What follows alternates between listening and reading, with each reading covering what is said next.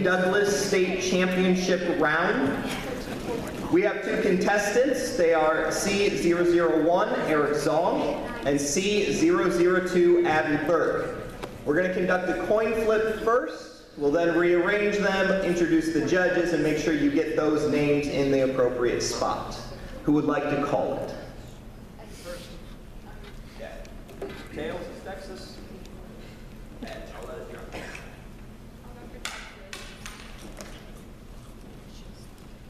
It is, in fact, Texas. All right, I'll take the affirmative.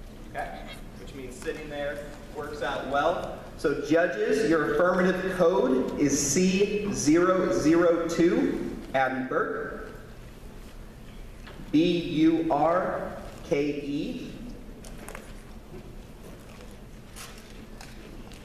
Your negative contestant is C001, Eric Zong, Eric with a C. Zong, Z-H-O-N-G. Judges, so the contestants can see you, if you can give them a little bit of a wave while you're sitting there. We have Tom Guerin. We have Bianca Opry. We have Nick D'Angelo. We have Robert Wheeler. And we have Christine Woodhouse. There were 49 contestants in this event. Of the head-to-head debates, that was by far the largest event. These are your last two remaining. Judges, the topic is about just governments and living wages. Anybody need the precise wording of the topic? Because you've been judging all day. All right, thank you, everybody.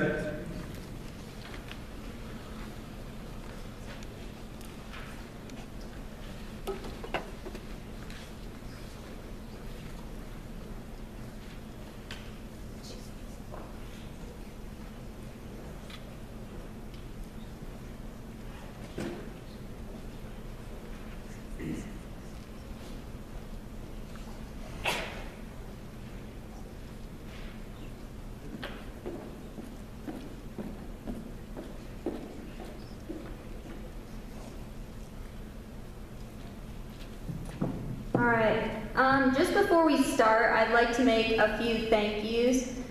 First of all, to all the people that have coached me over the years. I've had quite a few.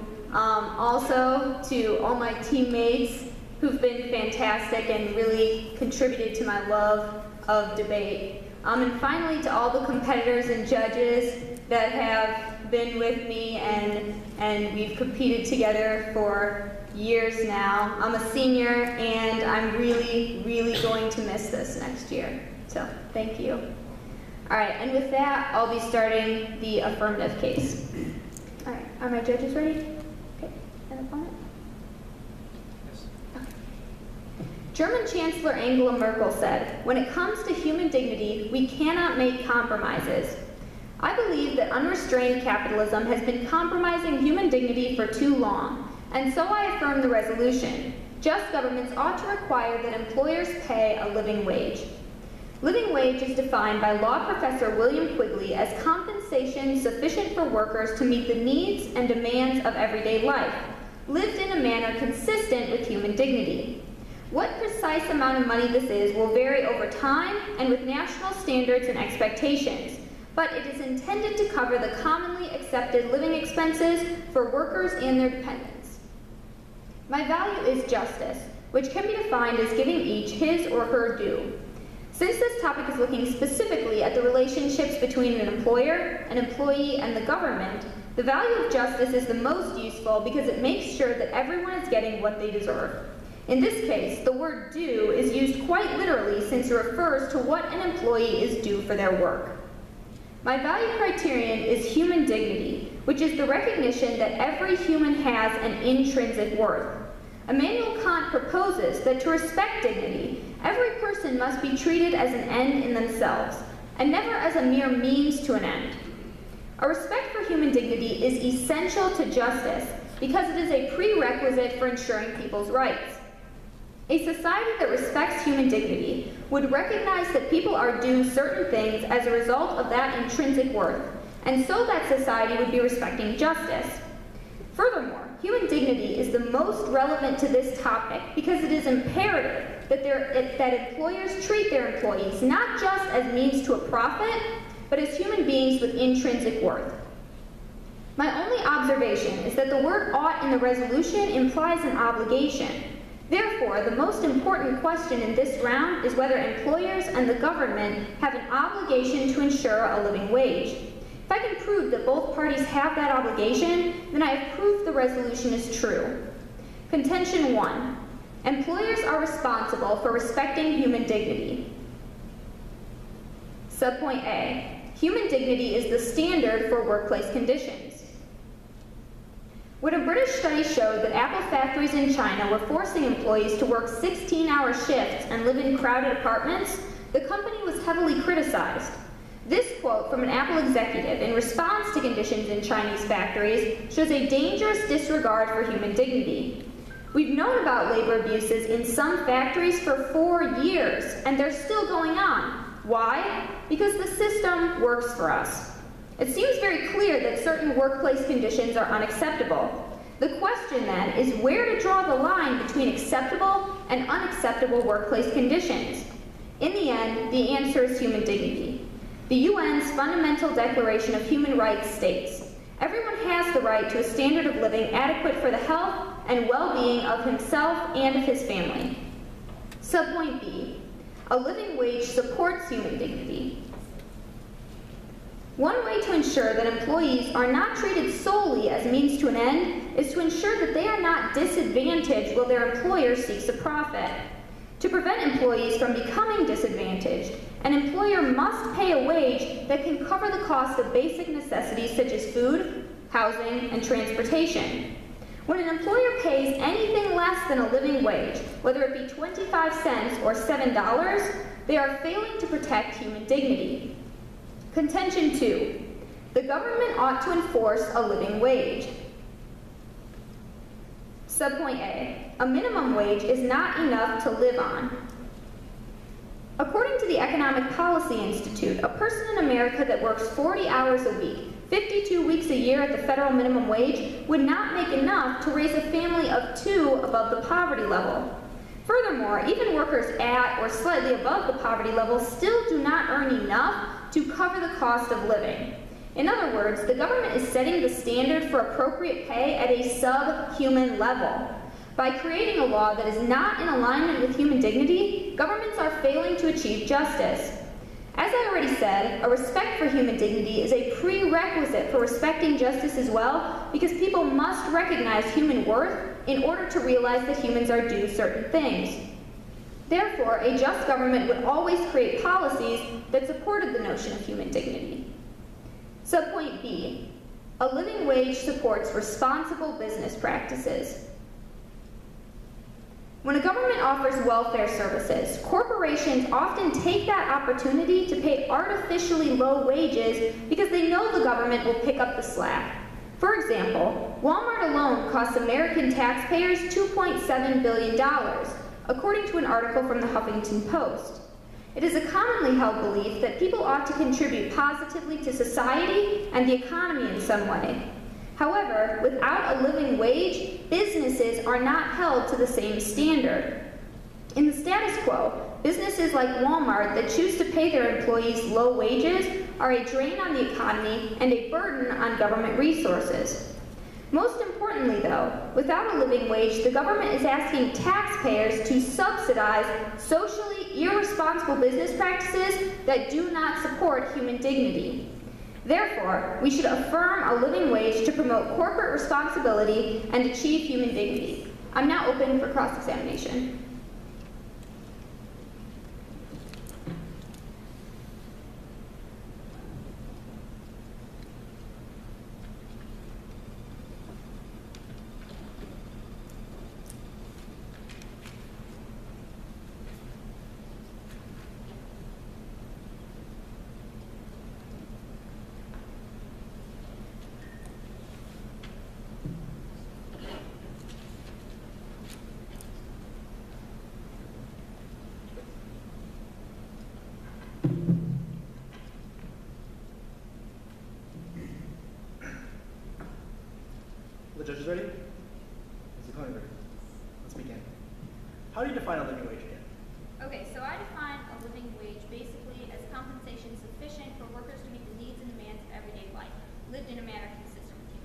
is the living wage area specific? A living wage would most likely be based on geographic area, yes. And it is also considered based off of the size of the family, correct? Not necessarily. For example, the U.S. already has tax breaks based on the number of dependents you have, so a living wage wouldn't necessarily have to compensate for that as well. So then where does the obligation lie between an employer to pay the living wage standard for a person or people with different situations? Okay, well, first of all, the only different situation we would be looking at is different geographic areas, which, considering the fact that the cost of living is different in different cities, makes sense. But overall, where the obligation lies is from the idea of human dignity. Okay, so looking at human dignity, the people that the employee has to provide for, the people of his family, does the government have the obligation to promote their human dignity as well? Okay, well, the government has an obligation to, yes, promote a certain standard of living for its people. So does that apply to the set family standards within the people affected by the living wage? Could you please rephrase the question? Again, will it affect the family size? Will the living wage be dependent on that factor? Well, no. What I'm saying is the living wage wouldn't actually be set for employers to pay based on family size, no. So it is based off the labor cost? It's based off, a living wage would be set based off geographic area. For example, in Seattle it might be $15, whereas in another area of the country it could be less or more. So where does the employer's obligation to pay the living wage come into play? Okay, the employer has an obligation to pay a living wage because through human dignity, every person has an intrinsic worth, which means that we cannot treat people merely as means to an end. So in terms of working, we know that people are being treated as means to an end when an employer is seeking a profit and they're disadvantaging their employees along the way. In other words, they're not paying them enough to cover the cost of basic necessities. Is there agreement between the employer and the employee over what wage ought to be set? Not necessarily. Employers tend to have a lot more power than employees do.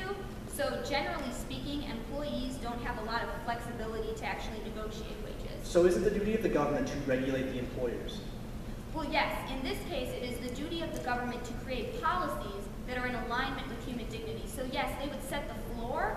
However, I'm not saying that a living wage should be the ceiling or anything, just that we would want to raise the floor. If we can adjust for the indiscrepancies provided by the minimum wage system, what is the problem with providing a minimum wage system? Okay, the minimum wage system is inherently wrong because you have to realize that there's no other standard that makes sense, that makes logical sense other than human dignity. In other words, if, for example, we think working conditions in one country are bad because employees are paid 50 cents an hour that they can't live on, it doesn't make sense to say working conditions in America are good because employees are still paid something they can't live on. Thank you.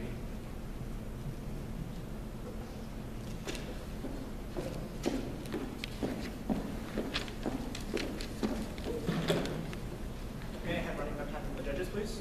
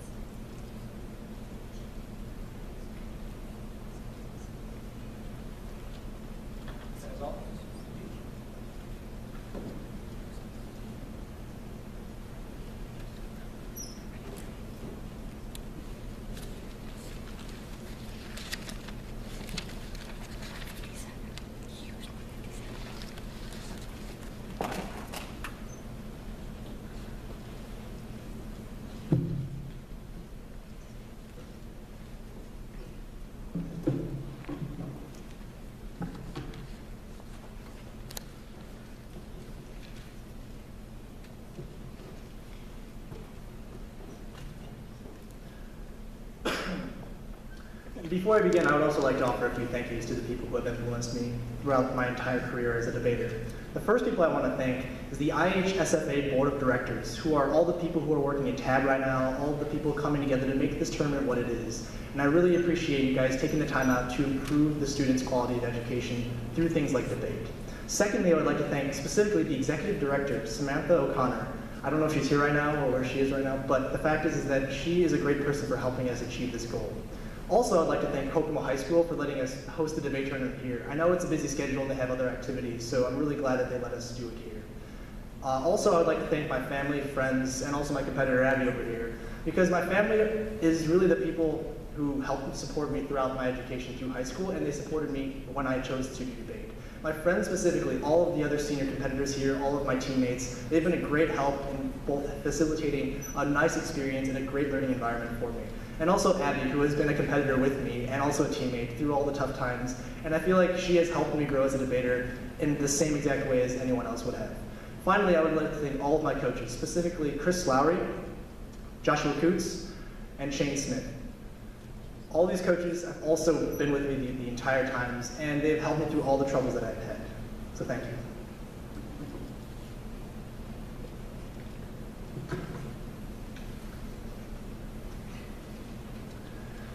With that in mind, I would like to provide the judges with a brief off-time roadmap, which I will first present my case and go on to attack my opponents.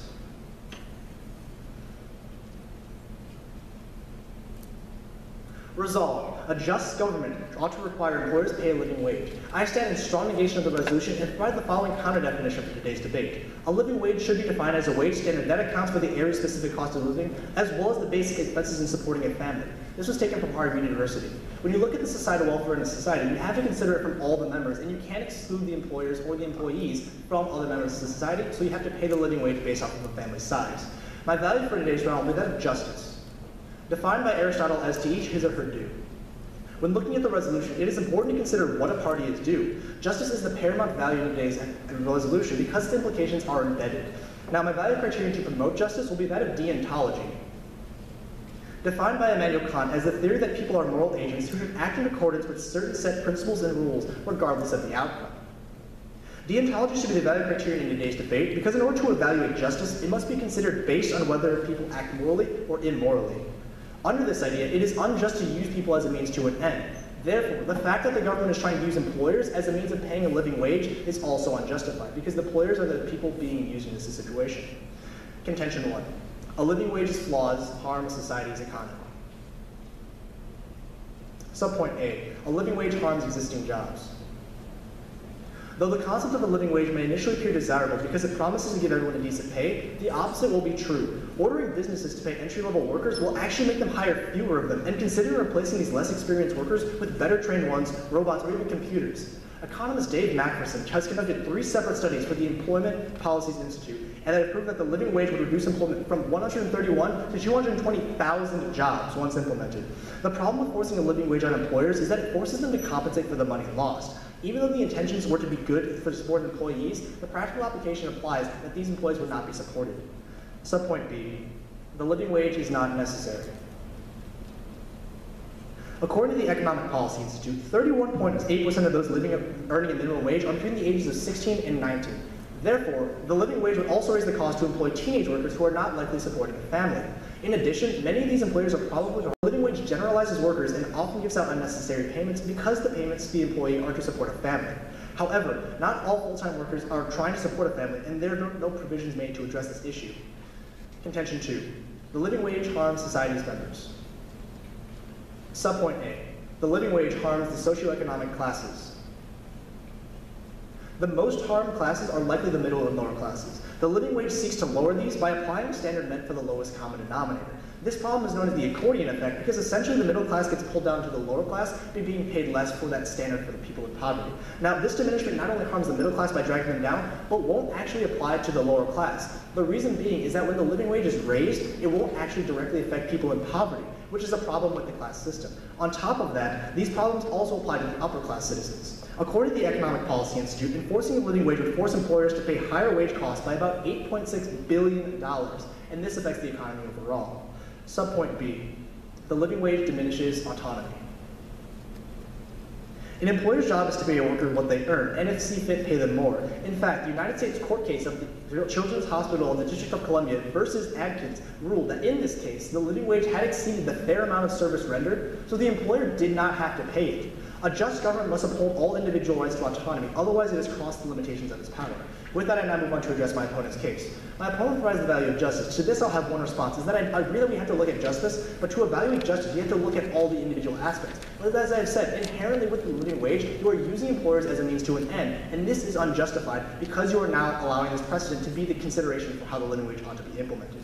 But under her value chain of human dignity, to this, I'll have two responses. The first response is that the human dignity of people in society can be achieved without the living wage. On both sides of the argument, on the affirmative and negative, we can have other benefits such as things like welfare that can still provide for the people's basic needs and provide human dignity. Now, the purpose of the wage now becomes how to convert labor into cost. Now, the reason that this obligation doesn't apply to the employers is that the living wage needs to be a standard based on something that can make people provide their basic needs in the society.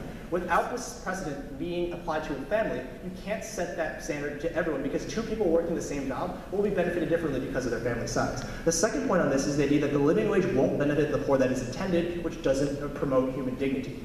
If I can prove in this round that the poor will not be benefited, the poverty levels of this society will not be increased to provide human dignity to the people that you need, I can essentially say that the living wage will not be justified under this standard.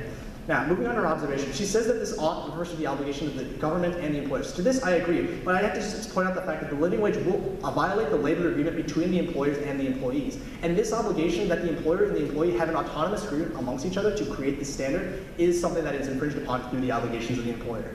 On to contention 1.8, I'll have two responses. My first response is on the idea that companies need to provide working conditions separate from the living wage. My opponent says that the working conditions are inherent within the companies, and though I agree that these working conditions need to be met in a healthy direction, you can't say that the living wage is that standard. If I want to set a healthy environment for my workers, that's separate from what I pay them. I'm paying them for the labor that they put in, and that is not from a living wage. My second point on this is the idea that the human dignity does not mean that the living wage has to be applicable always. If I can say that human dignity is achieved under the resolution without the living wage, if I can say that it provides human dignity through the minimum wage system and all of its benefits, I can still say that human dignity is upheld. On to subpoint B, I have 2 points as well. My first point is that the employer can justly support a community with minimum wage. And in fact, over 75% of the people working in society have agreed that they can sustain themselves under the minimum wage system with other benefits. Things taken from the Economic Policy Institute, such as the healthcare that it benefits, the other measures of welfare in society. Now, the benefit here shows that you can have the living wage not be implemented, the minimum wage system will be sufficient enough. The second point is on the idea of unemployment. My opponent never addresses the idea that unemployment will occur inherently within the ideas of the living wage. Now, if we create the living wage, you create a competition for people wanting to get better workers. Now, the problem with this is that you're not actually helping the people in the lower class. You're not helping the people in poverty because now they're the ones fighting for more jobs, and this is unjust. On to contention 2 subpoint A, I'll have two responses. The first of which is that most of the Americans are fine with the minimum wage system, so she has to prove why the minimum wage system is inherently flawed. The second point is that the living wage wants to measure what people are due, but this cannot be happening when you are looking at families under the living wage definition. If you cannot consider the idea that all members in society have to be upheld through the living wage, you can't consider the living wage to be just for the employer and the employee. You have to consider it for the families, and this family standard is a bias. On to subpoint B, I would like to respond by saying that small businesses are harmed. Labor costs are $6.6 million, and that is inherently harmful to the small businesses. Also, human dignity can be gained on the negative side. Thank you. And now for cross-examination.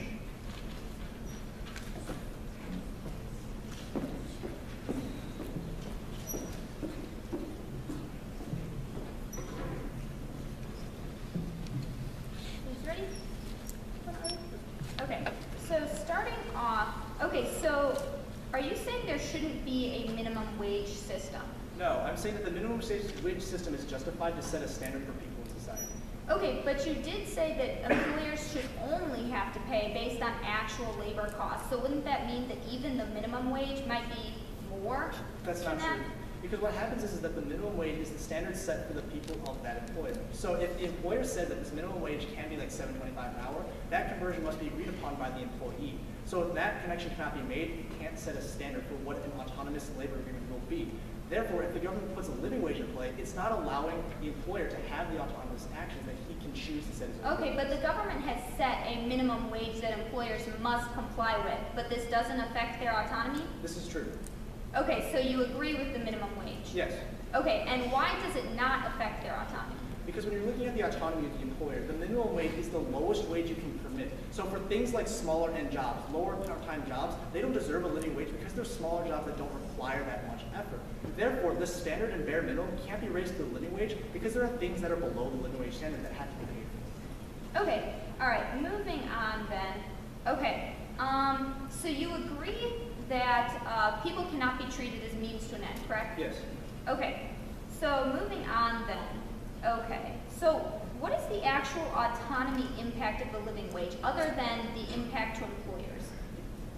Is there any other impact here? Yes, the autonomy refers to the government's infraction. So if the government is saying that they can mandate the living wage, they're overstepping their boundaries for autonomy in all of society. So if we're saying, oh, we can justify the living wage because it promotes everyone in society, you can also justify that by doing other governmental infringements which aren't justified, which is what the living wage is trying to do here. Okay, would you agree that a government needs to create policies that don't allow people to be used as means to an end? Yes. Okay, and would you agree that a living wage prevents people from being used as means to an end? No. Okay, and why is that? Because the living wage allows people, the employers, to have this benefit of the living wage. So if employees have this standard of, oh, I'm going to get a living wage, they're going to essentially be benefited more than the employers, and that favoritism is unjustified. Okay, moving on. So do you think that employees actually have the power necessary to negotiate wages with employers? Yes. Okay, so in companies like Walmart then, for example, do you really believe that each employee is able to negotiate their wage with their employer? Yes, I believe so. Okay, do you have anything to support this? Yes, because the idea of autonomy is that you can still deny the idea of if I have an unjust wage being set, I can refuse that job. And so it becomes a problem of how you get these jobs. To answer that question, you have to look at how the jobs are being provided. Now, the just government has to ensure that these jobs are provided under the standard that isn't biased towards the citizen. This standard needs to be the minimum wage system and not the living wage system because the minimum wage refers to all jobs included in things like part-time jobs or smaller jobs that won't be infringed upon with the living wage system. Okay, no further questions.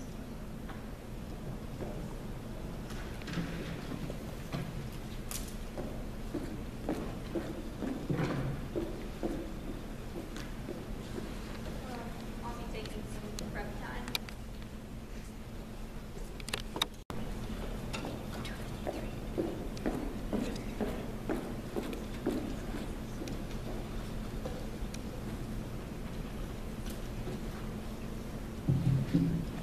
All right, I'll be starting with the negative case and then moving on to the affirmative.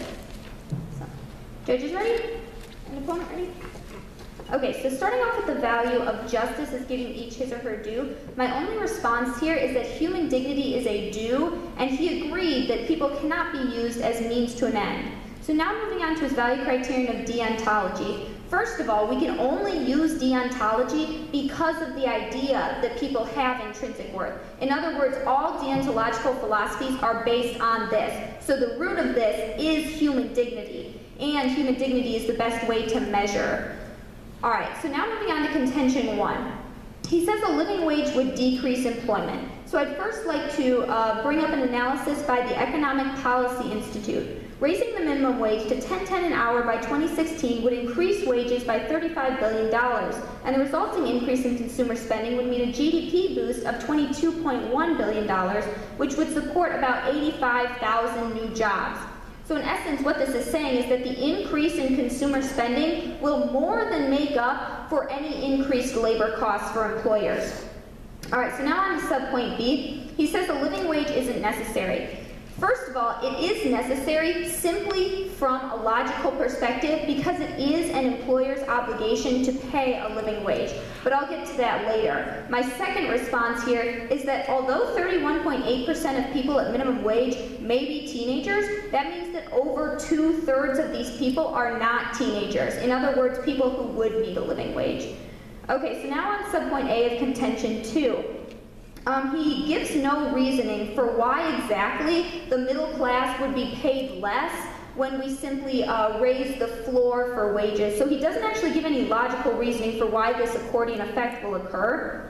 And now on subpoint B, he says a living wage diminishes autonomy. Here's the problem here. His argument says a living wage diminishes autonomy because it enforces unnecessary government regulations. However, a minimum wage does the exact same thing. So his ideas here are very contradictory because he supports a minimum wage but doesn't want a living wage, which is essentially a higher minimum wage. All right, and then I'd secondly like to point out that employees often have very little power in the workplace. So employees at companies like Walmart and McDonald's aren't actually able to negotiate. And furthermore, oftentimes they have to take these jobs because they need something to support themselves. So it isn't really as if employees have that much of a choice here. Okay, but now on to the affirmative case. He says I'm using employers as means to an end. This is untrue. Instead, what I'm doing is requiring employers to fulfill the obligations that they already have through human dignity. And now on to the human dignity point. He says human dignity is achieved on the neg. Here's the problem. Human dignity is not consequences-based. Human dignity essentially means that people can't be treated as means to an end, which he agrees with. But he never attacks the logic that follows that if people cannot be used as means to an end, that means employers can't disadvantage their employees while they seek a profit. And because he never attacks that logic, we have to agree that employers have the obligation to pay a living wage. Okay, and then that brings me to my observation, which he agreed with. And this is very key, because what I said in my observation is that if I can show that both employers and the government have the obligation to provide a living wage, I should win today's round. And that's going to be a key point. So now on contention 1, he says a living wage isn't the standard. However, a minimum wage can't provide human dignity. And I've already brought up the contradictions between him supporting a minimum wage but not a living wage. He then said that unemployment will occur. I've already addressed this. To contention 2, he said we can't use family size. However, he's using specific implemental concerns here, which isn't really addressing the major issue.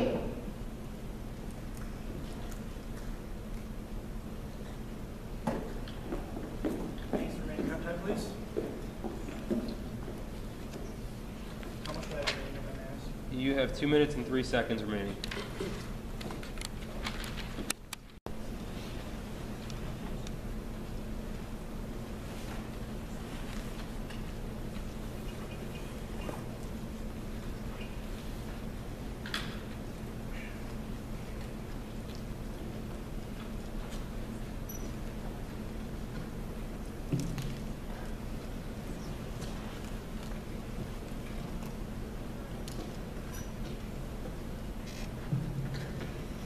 As a brief off-time roadmap, I'm going to first be defending my own case, moving on to attack my opponents, and then moving on to the 3 voting issues for today's debate. Judges ready? Everyone ready?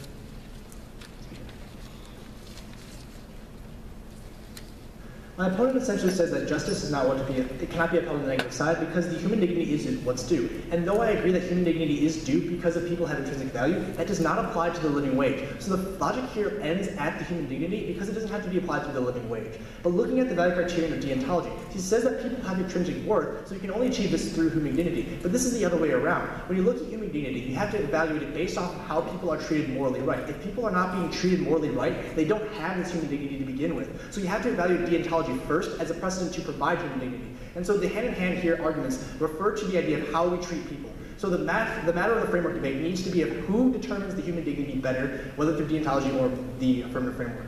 Now, on to contention 1, subpoint A, she responds by saying that she will help the economy by boosting new jobs. However, to this I'll have one response, is that she can only provide one specific piece of evidence that the economy will be benefited. And although that she might present more, the fact of the matter is that when you have the living wage, you increase competition among people. You increase compensations for employers because they have to pay these living wages now. And that has to create some unemployment. So she cannot deny any unemployment at all, though the fact of the matter is that this unemployment itself is unjustified. The reason that it's unjustified is because unemployment prevents the people in the lower classes from achieving their benefit in society, from providing their human dignity. If you're lowering employment, you're lowering the opportunities for people in that society. Subpoint B, she responds by saying that it's not necessary for human dignity, or it is necessary for human dignity, as well as the fact that the people are not teenagers outweigh the number of teenagers. The first response is the idea of necessary for human dignity. As I've said before, the minimum wage is a justifiable standard set by the government to ensure that the human dignity will be met. And she says that there are some people that evade this action, and so it has to apply to them to the living wage. But this is untrue. If you raise all the standard to the living wage, the jobs that weren't worth the living wage before, the smaller end jobs are now unjustly being raised to that level as well. So the minimum wage needs to be the set standard. But the second point is on the idea of teenagers. The living wage isn't necessary because of these teenagers. If you can say that certain part-time jobs don't require the living wage, you can see that the living wage has to be subjective. But the fact is that if it's subjective, it cannot be upheld in the affirmative world. Because now the living wage is not the standard set for everyone, it is a matter of a standard that is set for specific cases. On the Convention 2 subpoint A, she responds by saying that I have no reasoning to provide for that socioeconomic harms. But I gave the reasoning through my evaluation of the accordion effect. And you can see that the accordion effect won't apply the living wage to the people who are in poverty. If the accordion effect shows that the living wage won't actually give it to the people in the bottom part of poverty, which I've proven through the fact that the lowest 10% of people will not actually benefit who are in poverty. So if I can prove that the people won't benefit from poverty, you can see that the lower class isn't affected. The middle class will be dragged down because of the idea that they are now being paid less because the living wage is not the standard for everyone else. And the higher class is taxed more, so they have to require this payment being through an infringement on the economy. Now the point of subpoint B, she says that the minimum wage is the exact same thing. But this is untrue because of my definition. She doesn't deny my definition from Harvard saying that it requires the family size. Because of this agreement, you have to look at the minimum wage as being something for all members of society. When you consider that standard, the living wage becomes a factor of supporting families, and that's where the unjustification comes in. If an employer has to pay a worker for things that their family has required, that is unjust because the labor between the employer is the exact same as someone who did the exact same job but has a smaller family size. So this causes injustice there. The second point is that the employers have little power. Now this is untrue because the employers have the autonomous option of not taking the job. They can go to other places. On her side of the framework, she essentially responds to the value by saying that you have to require employers to fulfill the obligation and that the employers have this obligation. But she doesn't defend why the employers have the obligation to the people and their families. I agree that you can set a living wage under certain circumstances to provide for people, but that's not for their families. The family aspect of this refers to the idea that the obligation is not of the employer, it is of the government. Now, that establishes the precedent for that the employer doesn't have the obligation, but the government may have it. Now, moving on, she says that the employers cannot attack employees, and that is a given under the idea of deontology. When you create this just government, the idea inherently that employers and employees will be at each other's throats actually gets dropped. So neither side of the flow can say that employers and employees will be attacking each other. On to the idea that evaluating a contention 1 her observation. She says that I agree to her observation and that's important. Though I agree to it, she can't prove her observation for the employers because the initial fact that the labor agreement is not fair. It's not just for the employers to provide something that is not necessary. Also, on the government has to control the regulations of how they implement the living wage. And this becomes a hairy subject. If the government is allowed to have a living wage, this precedent is set for everything it becomes. So can the government regulate through all sides of totality? Can the government do anything to regulate, do anything and any means necessary to regulate the living wage? And that's where the government cannot be justified because it leads to other things. Contention 1 subpoint A, she responds by saying that she already addressed this issue, but she doesn't address the issue that the employers can justly support the community with the minimum wage. This is a key factor in the round because if I can prove that the minimum wage is a standard that can be set that is justly comparing labor ratios to how much person needs to be paid, you can say that the minimum wage system is just. Moving on, she says the idea that of Contention 2 subpoint A that you're only looking at specific implementations. But the problem is that we have to look at the living wage and how it will affect society. If you look economically, it will increase unemployment. It will cause things like inflation. It will cause the poverty levels to not increase because of the studies done by the Economic Policy Institute. And if she can't refute these indefinitencies, if she can't prove that unemployment will be affected, she can't provide the best for the people in society. On to subpoint B, she essentially says the same thing by applying it to the entire convention. But the fact is that she doesn't address how the small businesses will be harmed, which is my point on subpoint B, and how the human dignity can be achieved on the negative side. And that will become a voting issue later on. So on to the 3 voting issues. The first of which is that we agree to the points of looking at the round in terms of how human dignity has to be achieved. But this is achieved through deontology because inherently the living wage is immoral. It allows people to use employers as a means to an end based on things that they don't have to pay. My second voting issue is the idea that the employers have no obligation. And this is key because this is her observation and she has the burden of proving that the employers have an obligation. The reason they don't is because it applies to people in their situations. If you subjectively apply the living wage to a situation, it's not effectively giving a rate of labor conversion to a monetary value.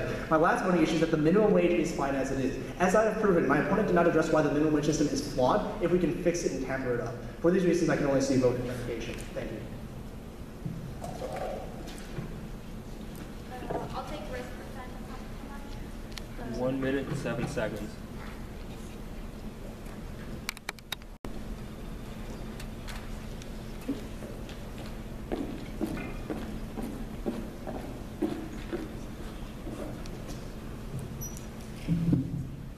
All right, I'll just be going over voting issues. Judges ready? And opponent ready. Okay, so I'll use my framework to evaluate the round and show why you have to vote affirmative. So first on the value and value criterion. So deontology is based in human dignity. In other words, we can't use deontological philosophies unless we recognize that each human has an intrinsic worth. So human dignity has to be the root thing that we look at. Furthermore, deontology means that we have to look to the actual morality, justice, and obligations behind actions rather than the consequences. So his own value criterion only furthers the idea that the economic points in this round are not the main points. In other words, under both of our frameworks, the economic points shouldn't be what we're focusing on. Instead, we need to look to human dignity and obligations as the most central arguments in today's round. So now on to my observation, which he agreed with. In my observation, I specifically said the burden of the affirmative is to prove that governments and employers have an obligation for a living wage. And he agreed with this. So if I can show this observation, then we ought to be affirming this resolution. So now I'll show why both employers and the government have the obligation for a living wage. So first of all, we both agreed that people cannot be treated as means to an end. So then the question that follows is, how do we know when people are being treated as means to an end in the workplace? And this happens when employees are disadvantaged while their employers are seeking a profit. He never disputed my logic here. And then the next step that logically comes after this is, how do we ensure that these employees don't become disadvantaged while their employer seeks a profit? Well, the only way to ensure that they are not disadvantaged is to pay them a wage that they can live at. Now, he says that we ought not pay any more than they're worth. However, the problem is he supports the minimum wage, and in some cases, a minimum wage might be more than a person's labor is worth. So there's an inherent contradiction here. But furthermore, how can a person be worth anything that's less than human? So now that I've taken you through the logical steps of my argument, which he never disputed, you can see that employers have to have this obligation to pay a living wage in accordance with human dignity. And finally, in my contention to subpoint B specifically, I stated why governments have this obligation as well. In other words, governments have an obligation to create policies that are in alignment with human dignity. And furthermore, when governments don't create policies that are in alignment with human dignity, such as the system we have right now, we are asking taxpayers to subsidize these companies to not support human dignity, which is unjust. So finally, when we look at the framework of deontology, human dignity, and justice, we can see that human dignity is a due, and the only way to actually reach human dignity and to do the obligations is to provide a living wage.